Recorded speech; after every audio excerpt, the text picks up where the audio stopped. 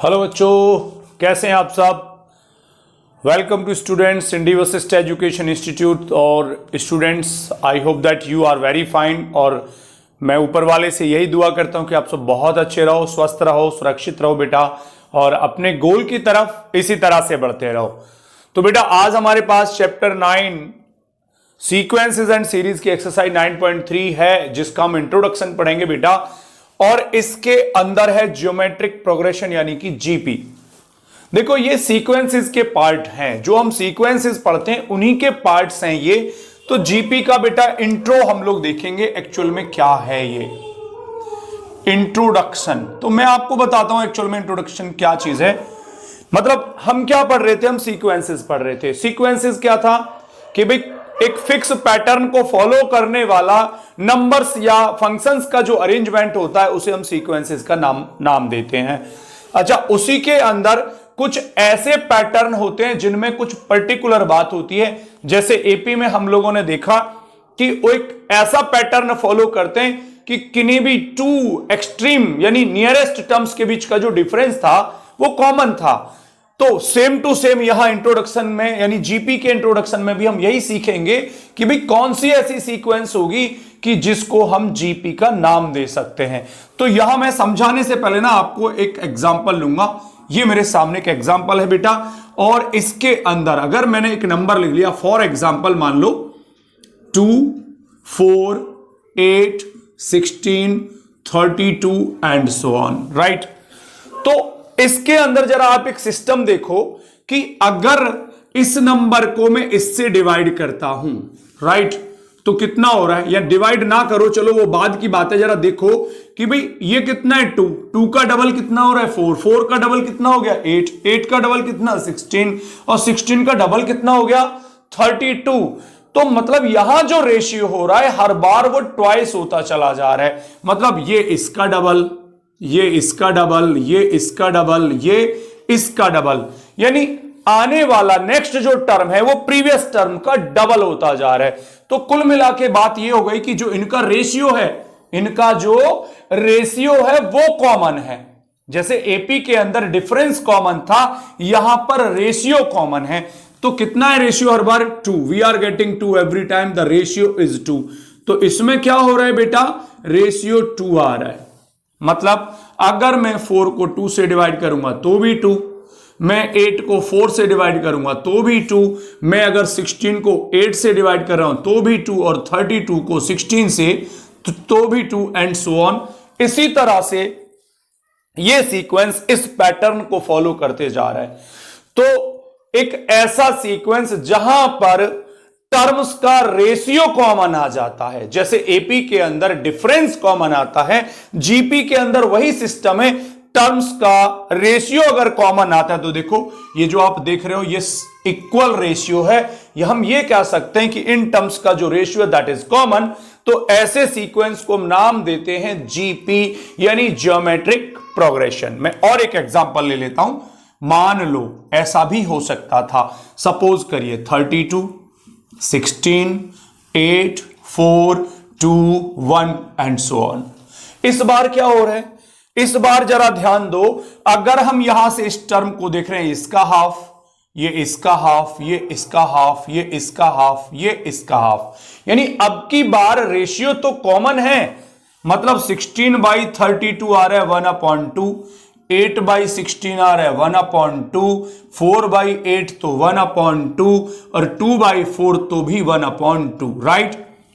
बात यह नहीं है कि रेशियो कितना है, यहां पर रेशियो है अगर आप देखोगे दैट इज 1/2। तो मैटर यह नहीं करता कि रेशियो कितना है, मैटर यह करता है स्टूडेंट्स कि क्या रेशियो कॉमन है। If yes then that is GP. तो अब हम क्या देख रहे हैं, अगर हमने इस सीक्वेंस को देखा तो इस वाले रेशियो को फॉलो कर रहा है। मतलब हर बार जो रेशियो आ रहा है बिटवीन टू एक्सट्रीम टर्म्स, किन्हीं भी टू टर्म्स को ले लो, नियरेस्ट टू टर्म्स को ले लो, उनके बीच का जो रेशियो दैट इज 2, यानी कि हर बार डबल हो रहा है। और अगर मैं इस वाले एग्जांपल को देख रहा हूं बच्चों, तो हर बार जो रेशियो आ रहा है 1/2 आ रहा है। देख रहे हैं आप लोग 1/2 आ रहा है हर बार। तो तो रेशियो अगर कॉमन आ जाता है तो ऐसे सीक्वेंस को हम एक नाम देते हैं, दैट इज कॉल्ड जीपी यानी ज्योमेट्रिक प्रोग्रेशन। तो इसका डेफिनेशन की अगर मैं बात करता हूं तो होता है कि if ratio between two nearest terms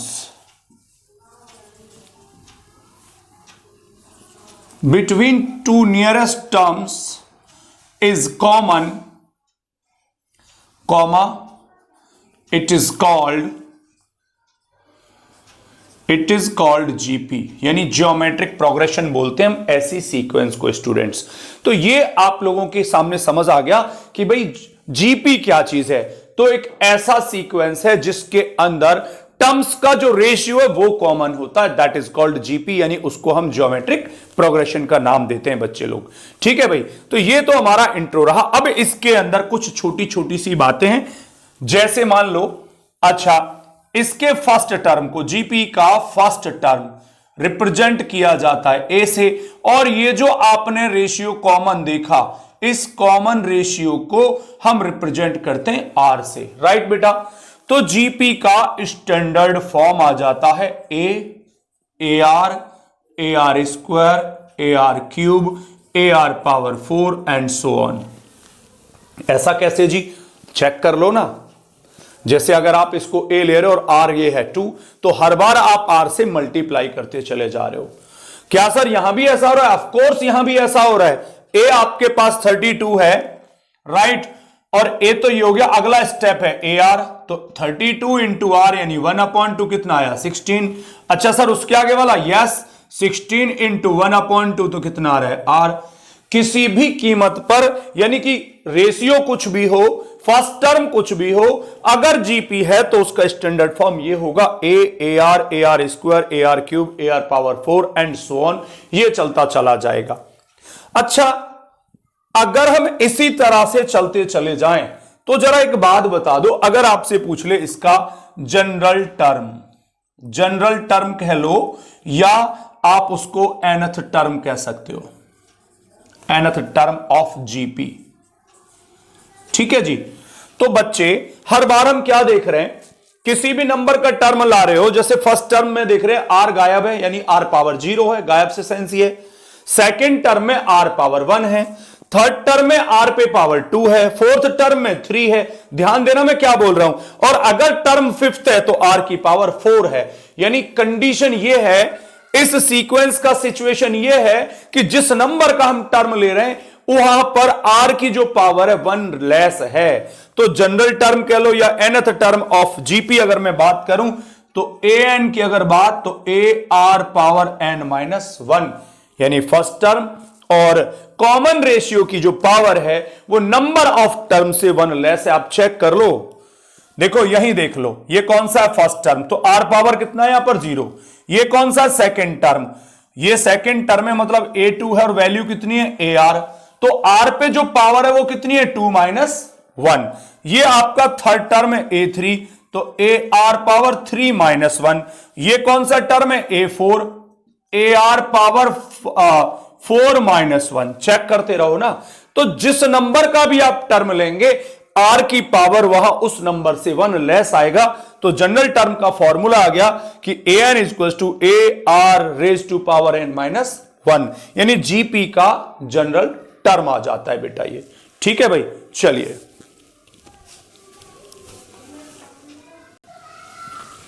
अच्छा देखो, अभी ना आप लोगों ने nth टर्म या जनरल टर्म ऑफ एपी पढ़ा फ्रॉम बिगिनिंग, लेकिन एंड से भी पूछ सकता है क्या? यस, एंड से भी पूछा जा सकता है। तो वही बात हम ले लेते हैं, मान लो जीपी वही चीज A R square, A R cube, और लास्ट टर्म को मैंने इसको एल लिख दिया। तो फ्रॉम द एंड यानी पीछे की तरफ से अगर हमें nth टर्म पूछ लिया जाएगा तो हम लोग कैसे रिपीट शो करेंगे, उसको सुन लीजिए। यानी nth term of GP from the end, पीछे की तरफ से। अच्छा पीछे की तरफ से तो मान लो a-n लिख लो या t-n लिख लो, रिप्रेजेंट करने का बस मैंने डैश इसलिए लिख दिया कि भाई हम जो बिगिनिंग से लिखते हैं उसे an या tn लिखते हैं, एंड की तरफ से मैंने डैश लगा दिया, तो सिंबल चेंज करना था। तो that is L upon R raise to power n-1। बिल्कुल टोटल अपोजिट होगा यार। सर ऐसे कैसे हो गया? मैं समझाता हूं। मैं एक एग्जांपल ले रहा हूं, ध्यान देना मेरी बात को। जैसे आपने लिया 2, 4, 8, 16, 32, 64। मान लो बिगिनिंग से आपको फोर्थ टर्म पूछा जाए, अगर आपको पूछ लिया जाए A4, तो आप लिखते हो AR3, राइट। A कितना है 2, R भी कितना है इसमें 2 तो ये हो गया 2 into 8 दैट इज 16। चेक करो 16 आ गया। लेकिन अगर एंड की तरफ से पूछ लिया जाए और मान लो इसका लास्ट टर्म 128 है, लास्ट टर्म कौन सा है 128 है, और अगर हमें पूछ लिया जाए कि fourth term from the end, अगर हमें पूछ लिया जाए कि फोर्थ टर्म ही बताओ, fourth term from the end. अब सुनना मेरी बात को, वैसे तो 1, 2, 3, 4 यही पड़ेगा, लेकिन चेक कैसे करें? क्या फॉर्मूला था? A-4 L upon R power n-1। तो L कितना है 128 अपॉन R कितना है बच्चों इसका 2, और पावर n-1, n का मतलब कितना हो जाएगा यहां पर 4, -1 यानी कि 3, यानी ये हो गया 128/8, और कितना हो गया जी 16 हो गया। तो सोच आप ये रहोगे सर इधर से तो पावर न्यूमरेटर में आ रही है, मतलब मल्टीप्लाई में आ रही है, सॉरी, लेकिन यहां डिनोमिनेटर में क्यों आ गया? भाई सीधी सी बात है ना, जरा सोच के देखो। अगर आप बिगिनिंग से एंड की तरफ जा रहे हो तो दिमाग लगाओ, ये वाला पैटर्न फॉलो हो रहा है बिगिनिंग से एंड की तरफ, यानी हर बार फर्स्ट टर्म में आर का मल्टीप्लाई होते चले जा रहा है, आर की पावर्स मल्टीप्लाई में हो रही हैं। लेकिन अगर हम एंड की तरफ से चलें, मैं इसी को दिखाता हूं, चलो यहां पर AR cube, AR power 4, AR power 5 और AR power 6, sorry R power 6 को थोड़ा ऊपर लिख देता हूं ये। लेकिन जैसे ही आप बैक की तरफ को चलोगे, ये मान लो लास्ट टर्म है, सपोज करो ये आपके लिए L है, राइट। लेकिन बेटा जैसे ही आप बैक में आओगे तो हर बार क्या हो रहा है, जरा दिमाग लगा के देखो, हर बार R की पावर रिड्यूस होते चले जा रही है, और रिड्यूस कब होती है? जब हम उसकी पावर से उसको डिवाइड कर देते हैं। तो मान लो यहां पे पूछ लिया जाए तो L कितना है? L की वैल्यू है AR पावर 6, राइट। अब बैक से 1, 2 थर्ड टर्म पूछ लिया जाए तो आप लोग लिखोगे A-3 की value L upon R power 2। मतलब R पावर 2 क्यों हुआ जी? चेक करो, देखो यहां R पावर कितना था 6, एक और कम, यानी एक कम हुआ, फिर दूसरा भी पावर कम हो गया, तो ये हो गया। देखो जी L की वैल्यू तो आपके सामने है AR पावर 6, ओके, और आपने क्या रखना है R पावर 2। क्यों रखना है जी? क्योंकि थर्ड टर्म चाहिए ना पीछे से, तो R पावर हो गया, देखो भाई 3 - 1, यानी ये वाला फॉर्मूला n-1। तो कितना बचेगा? ये बचेगा AR पावर 4। तो होता क्या है, जब हम बैक से, जैसे स्टार्टिंग से चलते हैं, सुनना मेरी बात को, अगर हम बिगिनिंग से चलेंगे बेटा तो R की पावर होती है मल्टीप्लाई, तो मल्टीप्लाई में पावर प्लस होते जाती हैं। लेकिन जब हम बैक से बिगिनिंग की तरफ को आते हैं तो पावर्स होती है रिड्यूस, और रिड्यूस कब होंगी पावर्स? जब हम उसमें करेंगे डिवाइड। इसलिए ये फॉर्मूला इस तरह से चलता है। तो आपके सामने पहुंचा ये चीज कि भाई एंड की तरफ से अगर आपको nth टर्म चाहिए तो आप इस फॉर्मूले को फॉलो करेंगे। चलिए इसके बाद, ये तो अभी आपके सामने आ गया, अब हम देखते हैं sum of n terms of GP के n टर्म्स का sum Sn equals to A R power n-1 upon R-1। यह सिचुएशन तब चलेगी जब R की वैल्यू 1 से ग्रेटर होगी, R-1 तब लिखते हैं। अच्छा, और एक और चलता है Sn equals to A R power, उल्टा लिखेंगे 1 - R power n upon 1 - R, कब? when R is less than 1। मतलब अगर कॉमन रेशियो की वैल्यू 1 से ग्रेटर है तब ये आइडेंटिटी यूज करेंगे, और बच्चों अगर कॉमन रेशियो की वैल्यू 1 से स्मॉलर है तब हम ये वाली वैल्यू को यूज करेंगे। देखो भाई, ये आप लोगों ने लिखा कि sum of N terms of GP, मतलब मैंने आपको बताया कि भाई sum of N terms of GP ये होता है, लेकिन माइंड में क्वेश्चन रेज हो जाता है कि सर ये कहां से आ गया अचानक से कि भाई आपने एक फॉर्मूला लिख दिया। बिल्कुल सही बात है, मतलब इसको हम प्रूफ करते हैं कैसे। जनरली मैंने जीपी को क्या लिखा था आपके लिए, जीपी को लिखा था A are square, A R cube और A R power N minus one. मतलब जीपी को अगर हम एन टर्म्स तक लिखेंगे तो ये स्टैंडर्ड फॉर्म हो गया। अगर हमें इसका सम चाहिए तो बेटा सारे टर्म्स को प्लस कर दो, यानी अगर मैं लूं कि sum of N terms of GP तो क्या करें, एस एन। अच्छा, अब ये फॉर्मूला नहीं लिखेंगे, ये फॉर्मूला तो बना हुआ है, तो जनरल मेथड यानी बिल्कुल बेसिक वाला मेथड हम पढ़ेंगे। कैसे जी, कि जितने भी टर्म्स आपको दे रखे हैं सबको प्लस कर दीजिए। भाई इसमें तो कुछ है ही नहीं, वो फॉर्मूला ही तो अचानक से प्रकट हो गया था, फॉर्मूला ही तो अचानक से बना, बट ये तो हम शो कर रहे हैं, प्रूव कर रहे हैं कि ऐसे कैसे बन गया। ठीक है जी, अब इसमें क्या करेंगे, मल्टीप्लाइंग इक्वेशन 1 बाई आर मतलब कॉमन रेशियो, यानी इस इक्वेशन में दोनों साइड में कॉमन रेशियो आर से मल्टीप्लाई कर दो, तो आर इंटू एस एन। यहां करो ए आर, यानी इसमें किया, इसमें करोगे ए आर स्क्वायर, इसमें करोगे ए आर क्यूब, इसमें करोगे A R power 4।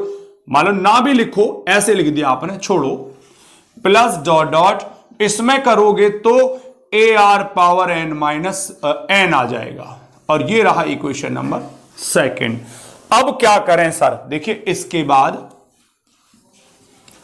Subtracting equation second from first, subtract करो, माइनस माइनस माइनस माइनस, ये माइनस, जरा देखो ये S N minus R into S N. अब जरा ध्यान देना मेरी बात पे बच्चों, देखो ए आर से ए आर स्क्वायर से A R square, A R cube से ए आर क्यूब, इस तरह सारे टर्म्स कैंसिल हो जाएंगे। आप कहोगे सर ये कहां जाएगा, इससे पहला जो टर्म रहेगा वो भी तो माइनस में ही रहेगा, ये उससे कैंसिल हो जाएगा। अगर कैंसिल नहीं होंगे तो ये ए नहीं कैंसिल होगा यहां से, क्योंकि इसमें ए है ही नहीं, और ए आर पावर एन ये भी कैंसिल नहीं होगा क्योंकि इसमें ये टर्म ही नहीं है, माइनस में आ जाएगा ए आर पावर एन। ठीक है, इनमें एस एन कॉमन है तो यहां से 1 माइनस आर, और बेटा यहां ए कॉमन है तो 1 minus R power N. Okay, S N की वैल्यू ले लो तो ये चला जाएगा A 1 minus R power N upon 1 minus R. आप कहोगे सर ये तो ये फॉर्मूला आ गया, ऑफ कोर्स आ गया, फिर ये कहां है। अच्छा, ये भी देख लो, एस एन इक्वल टू, एक काम करो, न्यूमरेटर और डिनोमिनेटर दोनों में से माइनस कॉमन ले लो, माइनस कॉमन ले लिया तो आर पावर एन माइनस 1, नीचे भी ले लिया तो आर माइनस 1, ये कैंसिल, तो एस एन का value a are power N minus 1 upon r minus 1। यानी आपने देखा कि भाई किस तरह से sum of N terms of GP बिल्कुल प्रूव होकर हमारे सामने आ जाता है कि यस एग्जैक्टली भैया यही सम होना चाहिए। ठीक है बेटा, चलिए एक चीज और है इसके अंदर, ज्योमेट्रिक मीन, राइट। अब ज्योमेट्रिक मीन क्या चीज है, जियोमेट्रिक मीन, तो ये क्या होता है कि अगर मैं यहां पे बात करूं कि ज्योमेट्रिक मीन ऑफ, ऐसे ले लो ए एंड बी, देखो 2 नंबर्स हमारे पास हैं ए एंड बी, और उनका पूछे ज्योमेट्रिक मीन, तो एक्चुअल में ज्योमेट्रिक मीन होता क्या है, ज्योमेट्रिक मीन का मतलब है square root of the product of 2 numbers, यानी जीएम इज इक्वल टू होता है अंडर रूट ए बी, ये मतलब है। मैंने यही तो बोला था, ज्योमेट्रिक मीन का मतलब है square root of product of 2 numbers, यानी दोनों नंबर्स के प्रोडक्ट का जो स्क्वायर रूट लोगे that is called geometric mean.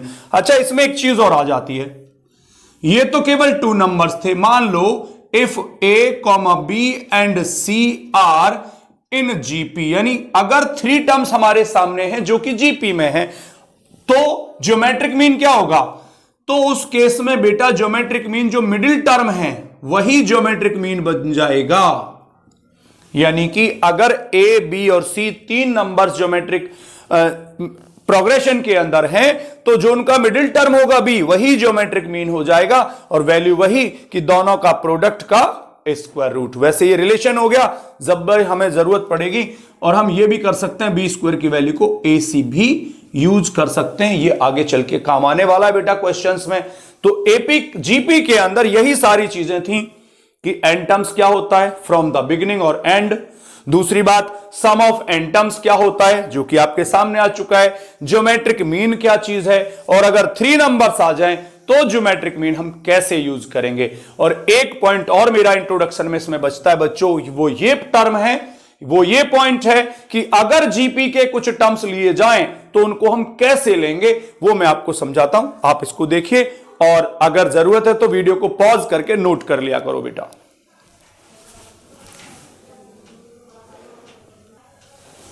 मान लो, चलो देखते हैं कि जीपी में आपको अगर 3 टर्म्स लेने हैं तो 3 टर्म्स इन जीपी।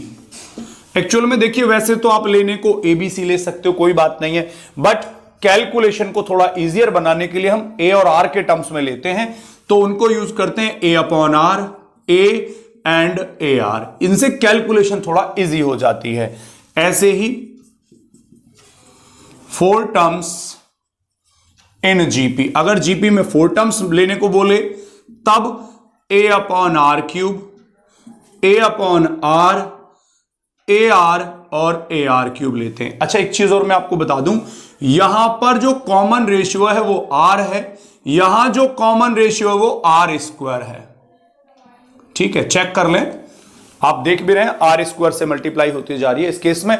और एक और पॉइंट हम लोग यहां थर्ड लेंगे कि अगर 5 टर्म्स हमें लेने पड़ जाएं, 5 टर्म्स इन जीपी, तब उनको हमें क्या लेना चाहिए, तो a upon r square, a upon r, a r और ए आर स्क्वायर। इस केस में जो कॉमन रेशियो है वो आर ही है। ठीक है बेटा, तो इस तरह से ये लॉजिकल केस है। जब हमें ब्रेक करने को बोलेगा कि there are 3 terms which are in GP, उनका सम ये है, प्रोडक्ट ये है, तो तब उनको हम यहां यूज करते हैं बेटा। ठीक है, तो इसके साथ अब हम लेकर के चलते हैं एक्सरसाइज को, और एक्सरसाइज का सबसे पहला क्वेश्चन मैं आपके सामने लेकर के आ रहा हूं 9.3। और क्वेश्चन में क्या पूछा है, वो कर रहा है find the 20th and nth term of GP. GP का find the 20th and nth term of GP. और जीपी आपको क्या दे रखी है बेटा, कौन सी जीपी है, ये है आपका 5/2, 5/4, 5/8 एंड सो ऑन। मतलब जीपी आपके सामने रख दिया, इसका आपको एक तो 20 नंबर का टर्म और n नंबर का टर्म्स चाहिए। तो जब आपके सामने जीपी रखा है तो बेटा a की वैल्यू तो 5/2, कॉमन रेशियो r कैसे लाएंगे, किसी भी नेक्स्ट टर्म को प्रीवियस टर्म से डिवाइड करके, क्योंकि ये भाई लॉजिक क्या होता है, A are square and so on, यही तो जीपी रहता है। अगर आपको आर पता करना है तो जाहिर सी बात है, साफ दिख रहा है कि भाई सेकंड टर्म को या तो फर्स्ट से डिवाइड कर लो या थर्ड टर्म को सेकंड से डिवाइड कर लो, यानी किसी भी नेक्स्ट टर्म को उसके प्रीवियस टर्म से डिवाइड करोगे तो कॉमन रेशियो आ जाता है। तो आप यहां पर 5/4 को डिवाइड कर लो 5/2 से, तो 2 सबसे ऊपर चला जाएगा तो r का वैल्यू हो जाएगा 1/2, राइट। अब हमें क्या चाहिए, हमें चाहिए 20th और nth टर्म, तो सीधा सीधा nth तो फॉर्मूले से आ जाएगा, an equals to AR power n-1।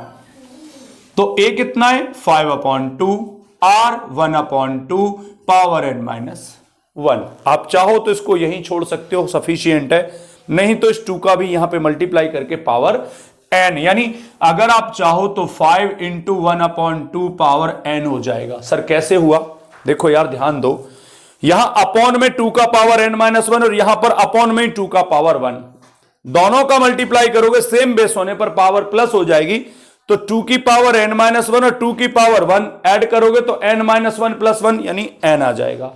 चाहो आप यहां छोड़ सकते हो। अच्छा साथ में उसने A20 भी पूछा है, तो A20 सीधा सीधा AR पावर 19, सीधा फॉर्मूला तो है कि n से कम।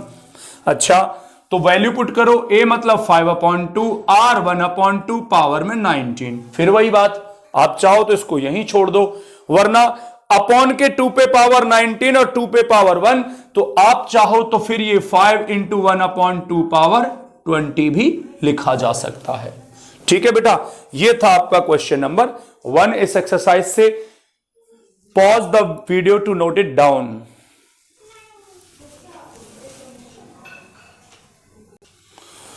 चलो बच्चों, ये क्वेश्चन नंबर 2 हमने ले लिया है 9.3 से ही।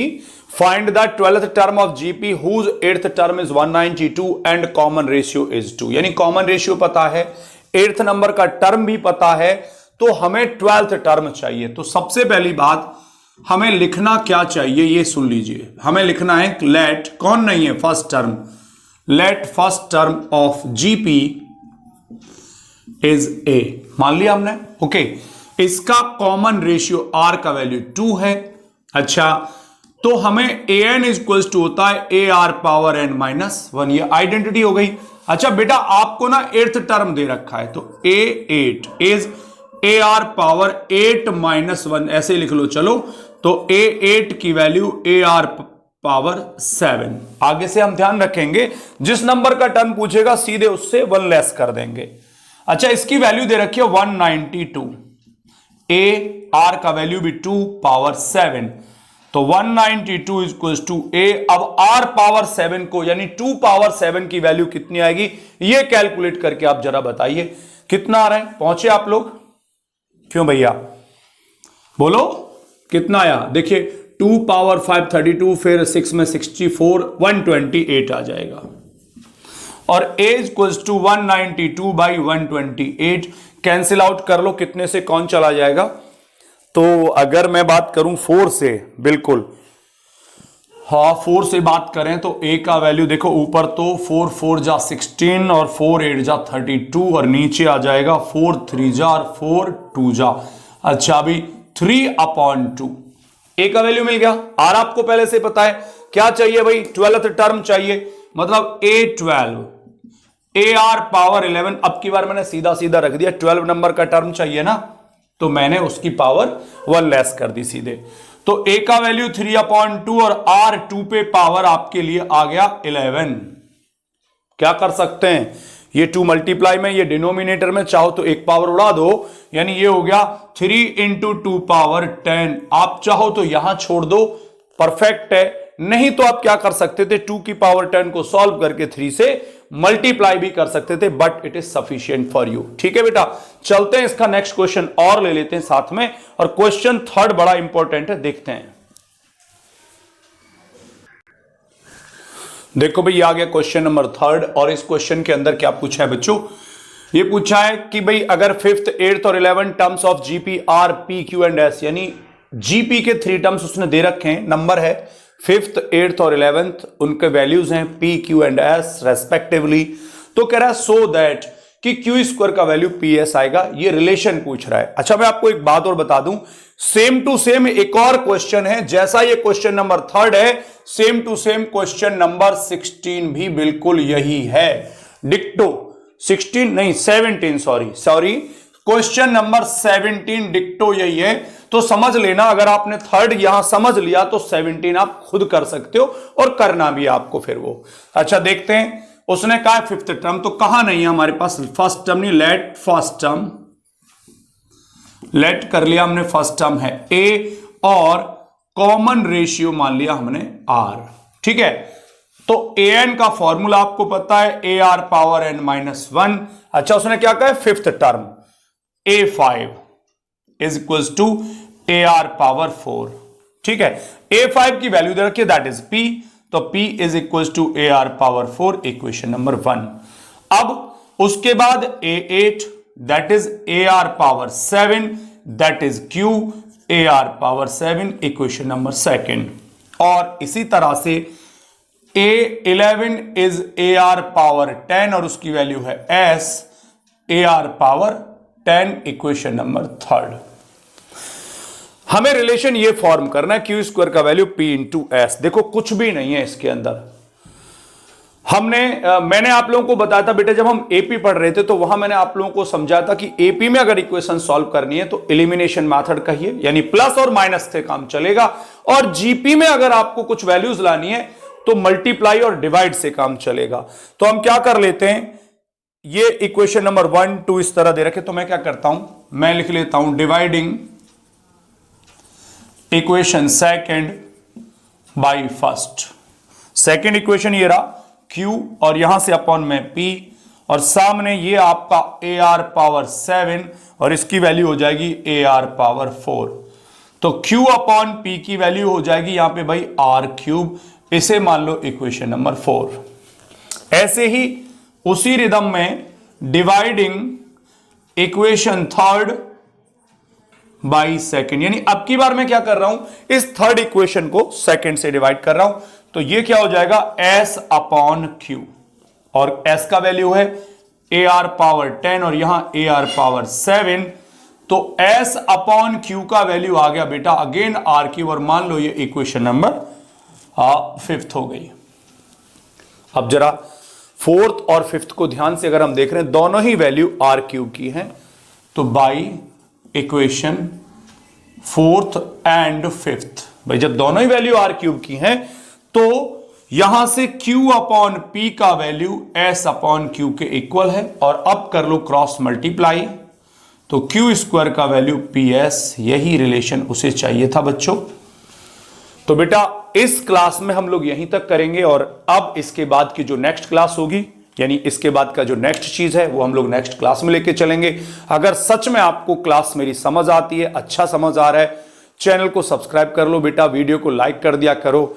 इस पर मैं क्लास 10th 11th और 12th की सारे सिलेबस को, यानी पूरा मैथ का सिलेबस अपलोड कर रहा हूं बेटा। क्लास 10th पूरा अपलोड हो चुका है, अगर आपके कुछ जूनियर्स हैं तो आप उनको ट्रांसफर कर सकते हो, बता सकते हो। क्लास 10th पूरा का पूरा हो चुका, 10th और 12th के लिए तो चैप्टर वाइज बोर्ड क्वेश्चंस भी मैं सॉल्व करा रहा हूं बेटा इस पर। ठीक है बच्चों, thank you to all of you. Okay बेटा।